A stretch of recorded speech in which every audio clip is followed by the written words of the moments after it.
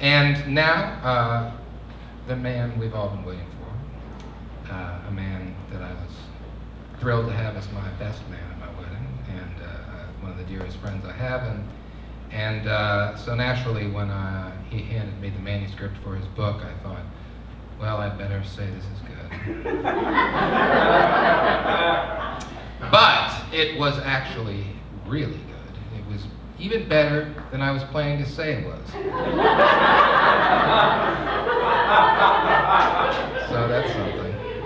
It's actually a really outstanding book, and to prove it, we're going to have the great man come up here and give us a little sample of what it's really all about.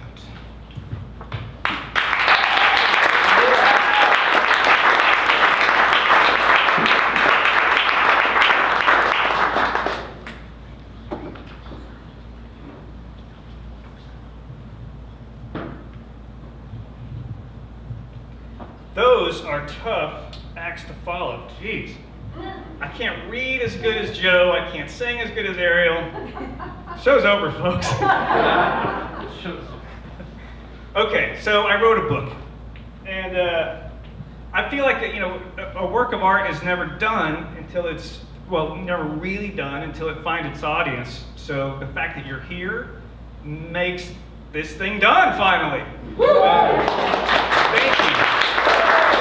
Thank you very, very much for being here. It means the world to me that you came. I'm going to read a little bit about it.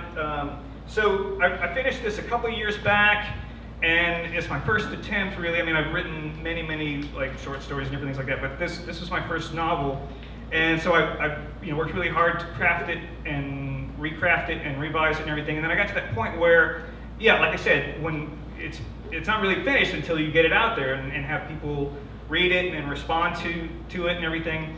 And part of that process, so you get it ready to send out to agents and publishers and friends and whatnot, and people ask you what it's about, and that is excruciating.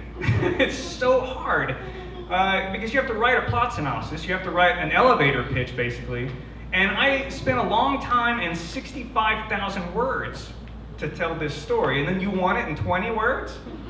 That's just so hard. It feels like every single word in here is there for a reason, so to try to boil it down was just really, really tough. It's insufficient, but here's what I say. It's about a teenage girl, it's mainly about a teenage girl living in a shit town on the Texas Gulf Coast. Some of you may know the very town that I'm speaking of. And she's growing up there, and she wants to be an artist.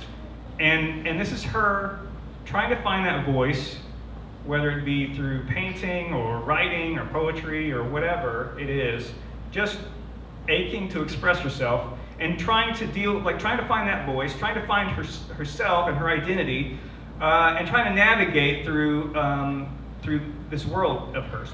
And when we meet her, she's just gone through some really difficult things. Her mother has passed away, and her dad has remarried, and she's going through some depression and that sort of thing. Sorry, this is a very dark night. So she's not making the best choices. So I'm going to read you a little selection from it, and this is to demonstrate what I've just told you. And so to set this particular selection up, she's been away from school a little bit because she's had to deal with some depression and that sort of thing. So this is her returning to school and trying to make friends.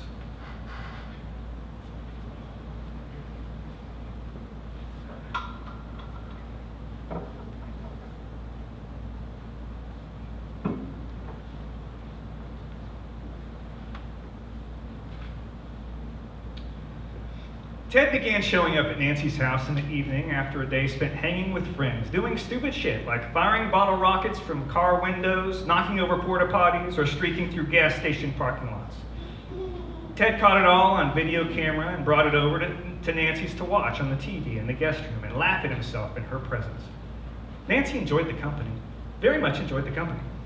But there was a part of her that knew that he hadn't yet and might not ever come to realize that there was more to her than audience for his show. And she feared that if she didn't exercise this side of herself, this real substantial identity in some palpable way, that her relationship with Ted and the rest of his friends could settle and cure into a solid state with her in the subordinate role. Problem was that she herself didn't know who she was or how to exert herself, didn't know who this more opinionated, aggressive, creative self could be, much less how to make it known. And the more she tried, the more this person whom she regarded as the real Nancy Larson tended to retreat and cower to the point where she began to wonder if this real version of herself really existed at all.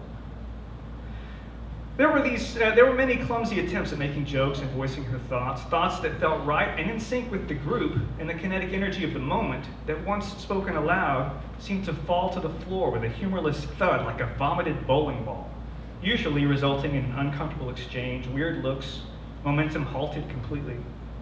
Nancy chided herself at those times for being an idiot and not keeping her stupid mouth shut. Later, though, she'd pore over the incident and reconsider, deciding that she was actually the smartest person in the room and that everyone else was just too stupid to get it, and that she needed to find new friends who would let her be herself.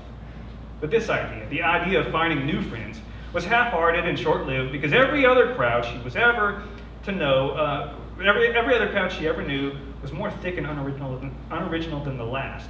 And despite her awkward moments, her self-loathing, her inability to contribute, her brooding, and her self-perceived blankness, Ted was always there to hover and perform.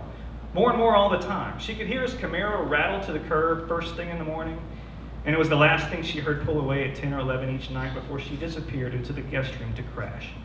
He was her ride to school, her lunch and study hall entertainment, and her events planner after school and each and every hour of the weekend, for better or for worse. And then came Chandra's party.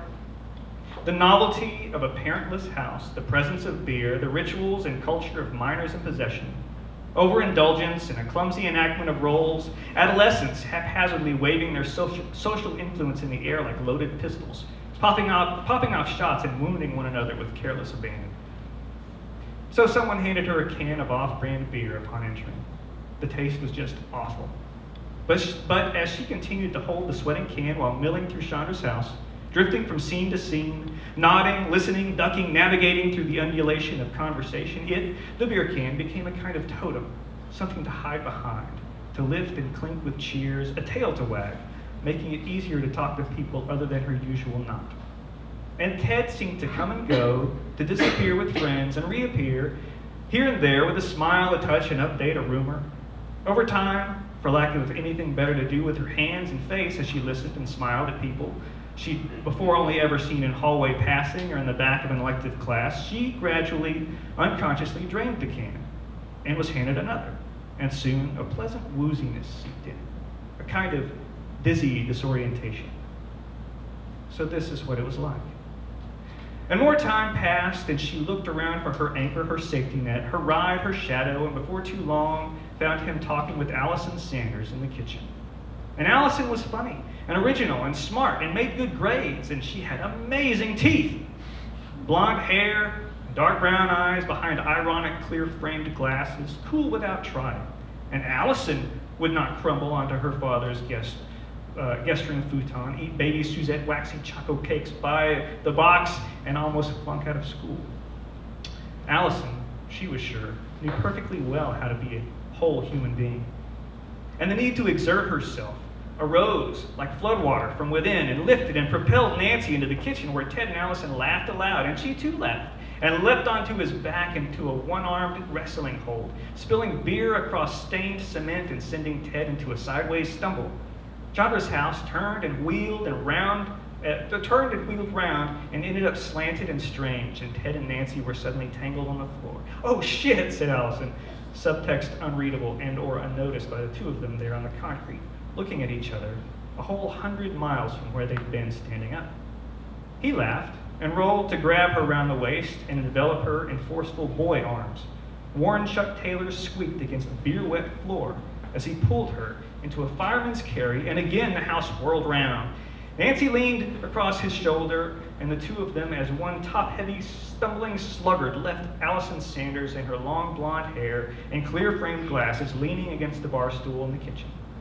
Across the living room, through hallways, from a lifted perspective, Nancy bounced and twirled amidst crown molding and pebbled ceiling texture, darkened with the occasional dusty web, into one of the back bedrooms where he closed the door behind them, leaving the lights off and onto the bed, not knowing or not letting herself consciously think about what it is he really had in mind as he kissed her cheek and face, and his hands found her body, simply drifting along, going along, letting him take off her clothes, not wanting to interrupt whatever it is he thought he was doing.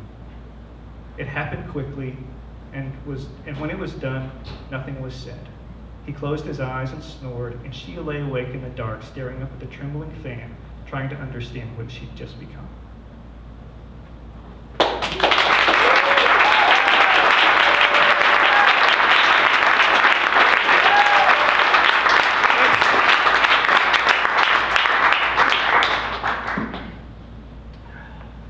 So, it's about Nancy, but it's about many other things. There's other characters. That's one of the reasons why it's so hard to boil down, because there's interweaving stories. But we do start the book with Nancy and end with Nancy, so it really is mostly about Nancy Larson and that terrible Gulf Coast town. That's really all I have for you. So buy the book so you can read the rest.